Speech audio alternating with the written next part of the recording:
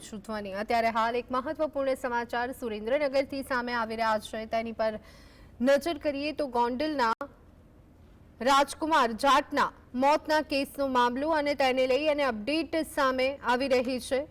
રાજકુમાર જાટનો forensic report સામે આવ્યો છે।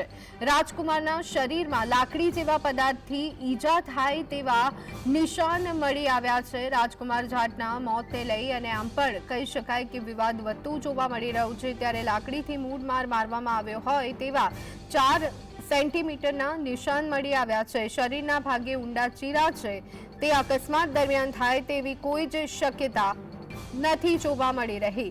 આ સંદર્ભે વધુ વિગત મેળવી લઈએ। સંવાદદાતા લકીરાજ ઝાલા અમારી સાથે જોડાઈ ગયા છે। લકીરાજ, રાજકુમારના મોતને લઈ અને વિવાદ શું વિગતો સામે આવી રહી છે? રાજકુમાર જાટના મોત મામલે દિવસે ને દિવસે આ કેસ છે તે પેચીદો થઈ રહ્યો છે ને બીજી તરફ જોવા જાય તો હવે તેનો ફોરેન્સિક રિપોર્ટ છે તે સામે આવ્યો છે। આ ચોંકાવનારા ફોરેન્સિક રિપોર્ટમાં ક્યાંક ને ક્યાંક જે અલગ અલગ મુદ્દાઓ છે તે આપવામાં આવ્યા છે, જેમાં ક્યાંક ને ક્યાંક જે લાકડીથી માર માર્યા હોવાનો જે ઉલ્લેખ છે તે ફોરેન્સિક રિપોર્ટમાં કરવામાં આવ્યો છે, તો બીજી તરફ જે પ્રાઇવેટ પાર્ટમાં 7 સેન્ટીમીટર જેટલો ઊંડો ચીરો હોવાનું જે પીએમ રિપોર્ટમાં ફોરેન્સિક રિપોર્ટમાં લખવામાં આવ્યું છે।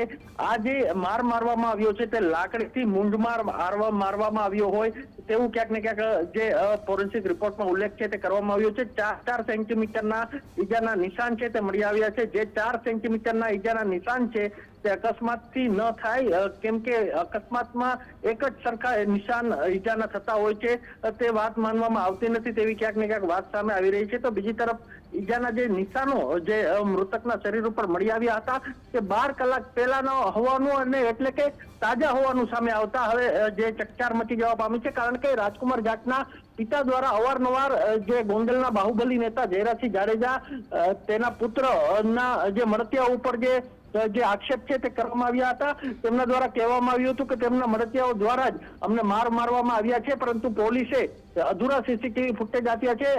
જે સમગ્ર સીસીટીવી ફૂટેજ આપે તો સમગ્ર જે હકીકત છે તે સામે આવે, પરંતુ હજુ સુધી પોલીસ દ્વારા પણ આ સમગ્ર મામલે જે ચોક્કસ તમામ જે સીસીટીવી ફૂટેજ છે તે આપ્યા નથી। એટલે હવે ક્યાંક ને ક્યાંક ફોરેન્સિક રિપોર્ટ છે તેમાં ચોક્કસપણે જોઈ શકાય છે કે ઈજાના નિશાન લાકડીથી માર્યા છે, માર માર્યા બાદ આ સમગ્ર મામલે મોત નીપજ્યું છે। જી આભાર લકીરાજ સમગ્ર માહિતી આપવા બદલ।